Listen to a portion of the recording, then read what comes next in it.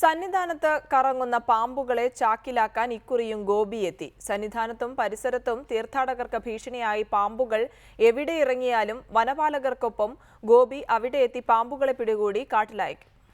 ഇത് 7ാം തവണയാണ് ഗോപി സന്നിധാനത്ത് പാമ്പ് പിടിക്കാനായി എത്തുന്നത്. 13ാം വയസ്സിലാണ് പാമ്പ് പിടുത്തം ആരംഭിച്ചത്.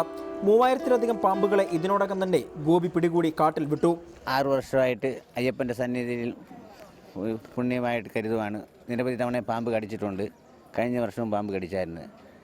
അപ്പം എല്ലാ വർഷവും അയ്യപ്പൻ്റെ അടുത്ത് വന്ന് 2 മാസം സേവനം ചെയ്യണമെന്ന് അയ്യപ്പൻ്റെ നാമത്തിൽ അയച്ചു.